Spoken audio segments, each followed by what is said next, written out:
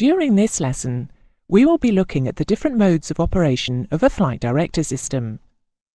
We will achieve this by following a typical flight from departure through climb, cruise, descent and approach until the aeroplane lands or goes around. Flight director modes generally are type-specific, and so we will concentrate on the most common ones in use today. The glide slope and course deviation indicators on the side and bottom of the attitude direction indicator display basic raw information, which is still available if the flight director system fails. This is information that has not been processed in any way, and in this example it simply shows how far left or right of track and how far above or below the glide slope the aeroplane is. If we look at an aeroplane that is intercepting a desired navigational track using only raw data, we will see that the aeroplane fails to anticipate approaching the track. So the aeroplane flies through the track and then has to continue the turn to intercept the desired track from the opposite side. A flight director computer takes this same raw information but processes it, working out the rate of change of deviation. This additional data allows the system to anticipate approaching the required horizontal or vertical flight path, and therefore it can adjust the amount of roll or pitch input so that the aeroplane smoothly intercepts the flight path and does not fly through it. The flight director adjusts the flight director bars, which can then either be followed by the pilot or, if engaged, the autopilot. The flight director system has the aircraft performance parameters stored in its database, and with the input from the air data computer, it will never command a maneuver which could overstress the aircraft.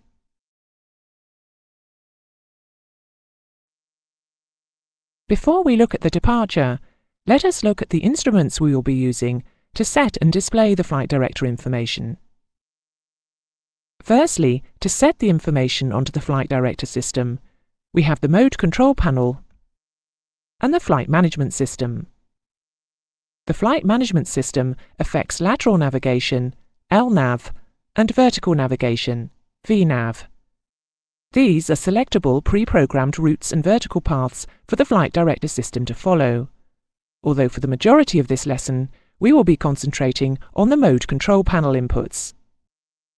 To display the flight director information, we have the primary flight display and the navigation display.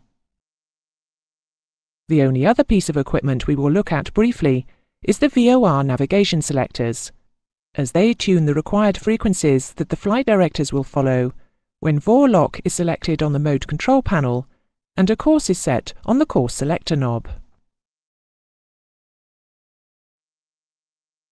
As part of the pre-departure planning, the crew will complete the necessary calculations to work out departure speeds and initial climb angle.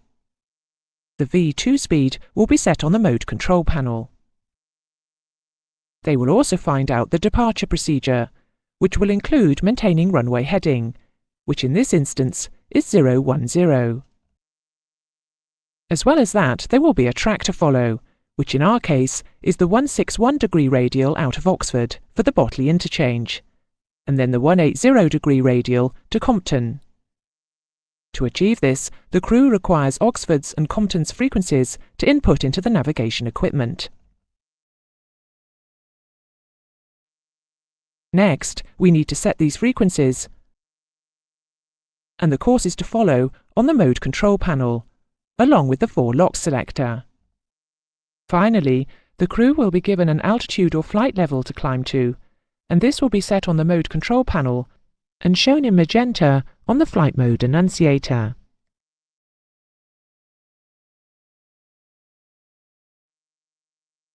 During departure, with the flight directors selected on, the crew have two methods of displaying a pitch demand on the primary flight display. Firstly, they can bias the pitch demand manually to a pre-calculated setting, which is displayed on the primary flight display. This gives the pilot an initial body angle to aim for after rotation. The other way is by selecting takeoff go-around on switches on the throttles. This positions the pitch bar to command the initial body angle on rotation, and we are informed of this on the flight mode annunciators. After rotation, the flight director will alter the pitch command to maintain the best climb angle, until the indicated airspeed reaches the mode control panel speed, plus 20 knots, and the crew will also select Heading Select to command the roll bar to maintain the selected heading. The pitch command will remain this way until another pitch mode is selected, and we will use vertical speed. This selects the vertical speed we wish the aeroplane to climb at.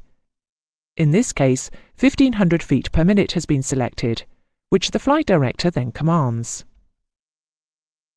As the aeroplane reaches the mode control panel selected altitude, it will command a level altitude, and once level, the crew would then select altitude hold to maintain the desired altitude. Next, the pilot will be given a heading to intercept the course for Botley from air traffic control, which he will select on the mode control panel. The flight director will then command a roll angle to turn the aeroplane to this heading, which is known as Heading Select, and the pilot will then also select Forelock in anticipation of intercepting the selected course. As the aeroplane approaches the selected course, the flight director will automatically command a left turn to intercept this course, which is known as Forelock control.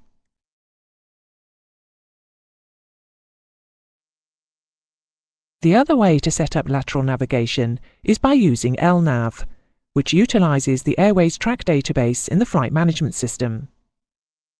The flight director computer, using a combination of inertial navigation and global positioning systems, and the selected track from the flight management system, sends commands to the primary flight display, so the pilot can follow the selected track. This system can be used all the way, from pre-departure until arrival at the destination.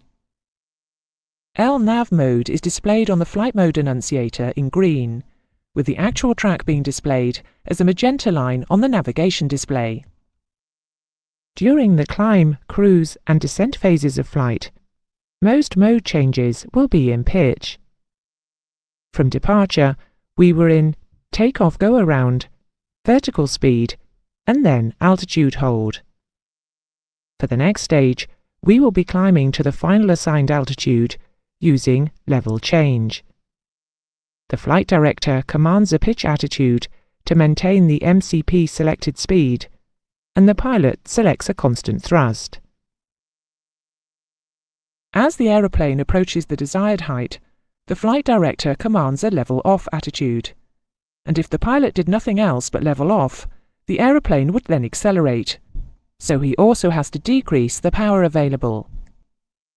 He would also select altitude hold again to accurately maintain the desired altitude.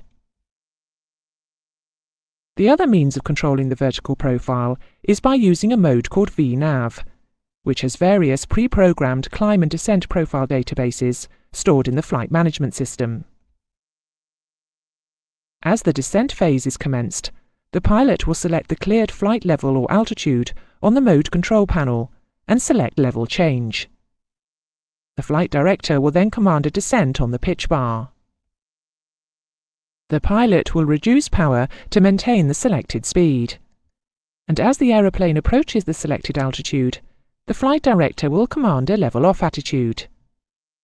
The pilot will again have to increase power to maintain the desired indicated airspeed, and select altitude hold to maintain the desired height more accurately.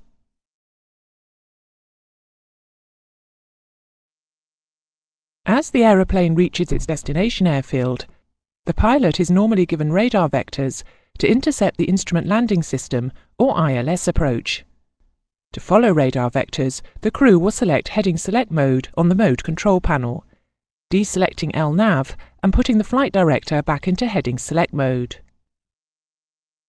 As with the departure, the pilot will check the ILS plate for Southampton to obtain the course, and the ILS frequency will be set on NAV1. The course will be set on the mode control panel along with Forelock. The flight director will automatically command the pilot to intercept and track the localizer. Once on the localizer, the pilot will select Approach, which arms the glide slope. On intercepting the glide slope, the flight director automatically switches from altitude holding to glide slope. The pilot will then follow the flight director pitch and roll commands until he reaches decision altitude, and then visually continue to land. If we look at a typical glide slope path of 3 degrees, it can be seen that a 1 degree deflection at 6 nautical miles would give a distance above or below the glide slope of 608 feet. So the flight director can demand the maximum pitch change to try and get the aeroplane back on the glide slope. At half a nautical mile, the same 1 degree difference now only creates a height difference of 54 feet, and the demand from the flight director has to be reduced to between 1/3 and 1/2 of the previous full demand. So the flight director computed information must be modified as the approach progresses to reduce the commanded corrections. Most modern systems achieve this by knowing their actual height above ground from the radar altimeter, and restricting the demand as they get closer to the ground. Let us look at the go-around aspect, as land will be covered during the Autoland lesson. As the aeroplane approaches the runway, it will be under the direct control of the operating pilot, and if there is a need to overshoot, then takeoff go-around would be selected. On selecting takeoff go-around, the flight director pitch bar demands 10 degrees pitch up, and the engines are accelerated to take off go-around thrust. Once the aeroplane is at a safe altitude, the crew will then talk to air traffic control for radar vectors for another approach. The vital information to take away from today's lesson is that the flight director takes the raw information and provides either the pilots or the autopilot with computed information. This is derived from the rate of change of deviation and displayed as command bars on the primary flight display. During an approach, the flight director computed information must be modified as the approach progresses to reduce the commanded corrections.